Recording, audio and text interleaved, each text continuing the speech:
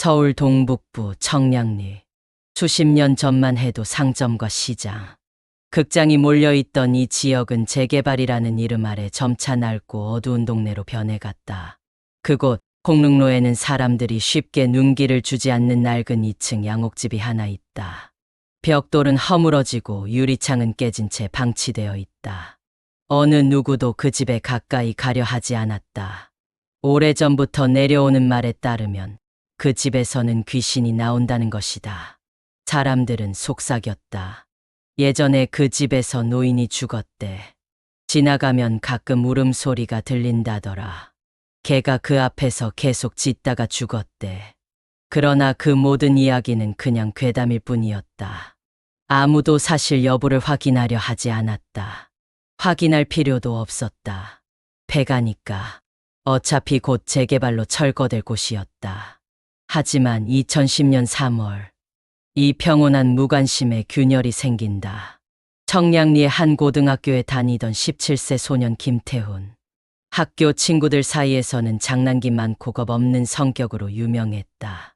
귀신 이야기, 괴담, 공포 영화를 즐기던 그는 인터넷에서 청량리 폐가 괴담을 읽고는 흥미를 느꼈다. 학교 끝나고 친구 2명을 끌어들여 폐가를 찾아간 건 평범한 화요일 오후였다. 태훈은 핸드폰 카메라를 들고 폐가를 탐험하며 장난스러운 영상을 찍을 계획이었다. 친구들은 무서워했지만 태훈은 웃으며 말했다. 겁쟁이들은 구경만 해. 폐가의 녹슨 대문을 밀고 들어간 세 사람은 오래 방치된 집 안을 살펴보기 시작했다. 먼지, 곰팡이, 부서진 가구.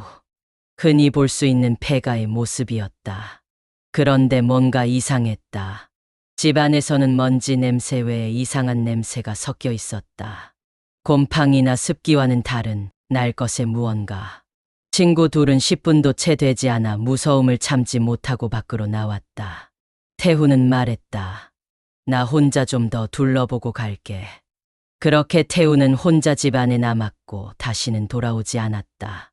시간은 흐르고 해가 졌다. 친구들은 처음엔 장난이라고 생각했다. 숨어 있다가 놀래키려는 거라고. 하지만 전화도 안 받고 문자도 읽지 않은 채 시간이 흘러가자 결국 경찰에 신고했다. 경찰은 처음에 단순 가출로 취급했다. 하지만 태훈의 부모와 담임 선생님, 친구들의 증언을 종합하자 평소 그가 가출할 이유가 전혀 없는 학생이라는 결론이 나왔다. 게다가 핸드폰의 마지막 위치가 폐가 내부로 확인되면서 경찰은 폐가를 정식 수색하기로 결정한다. 3일 후 수색 도중 지하실에서 이상한 흔적이 발견되었다. 무너진 벽돌 틈 사이로 붉은 얼룩이 보였다. 지하실은 당초 보일러실 정도로 추정되었지만 그보다 훨씬 깊은 공간이 숨어 있었다. 한참을 파고 들어가자 폐허 속 바닥에서 신체 일부가 발견되었다.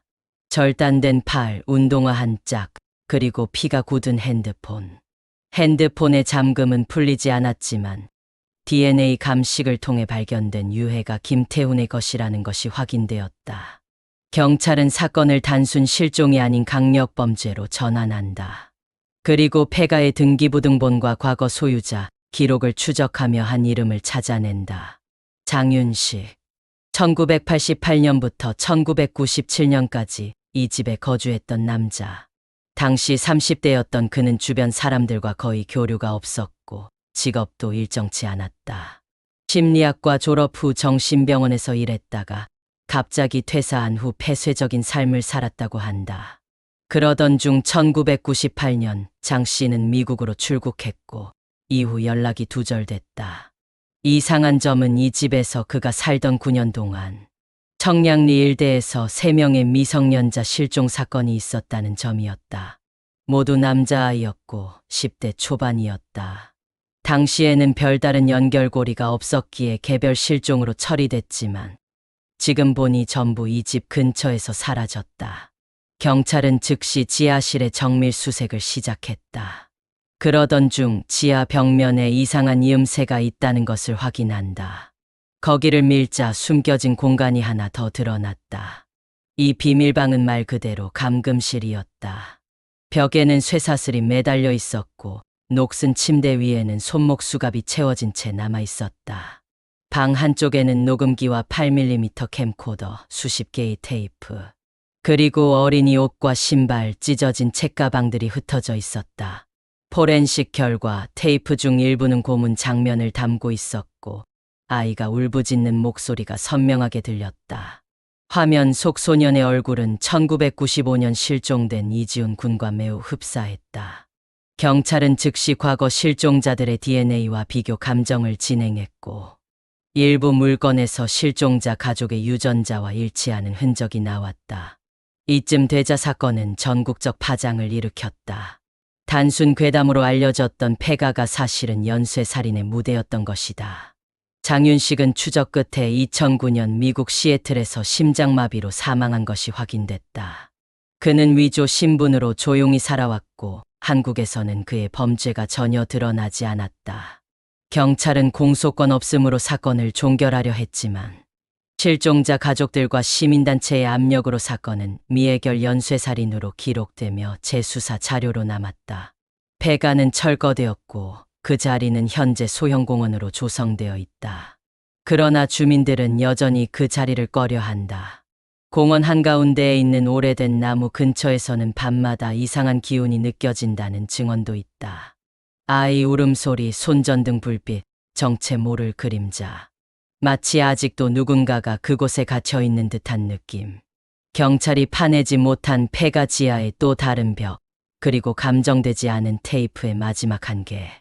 그 안에 어떤 진실이 담겨 있는지는 아직 아무도 모른다. 내용이 유익하셨다면 구독과 좋아요, 알림 설정 부탁드립니다.